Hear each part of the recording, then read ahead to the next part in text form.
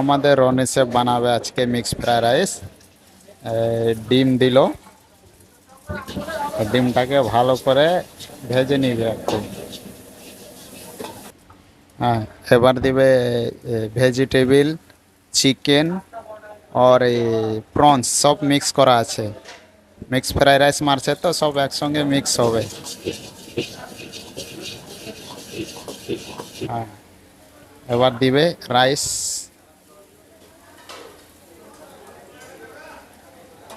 হ্যাঁ, লবণ, aromatic powder, এটা অ্যারোমেটিক পাউডার, হালকা চিনি, হোয়াইট পেপার,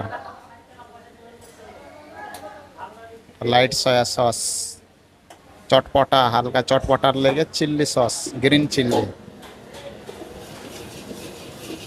এবার মিক্স করা হবে।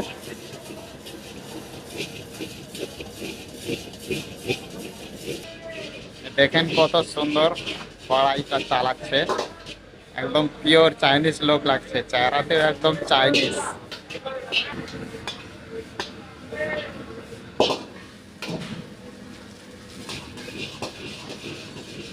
দিবে স্প্রিং অনিয়ন। নাও, মিক্স ফ্রাইড রাইস রেডি হয়ে গেছে। এবার যাবে বাউলে, পার্সেল আছে কন্টেনারে।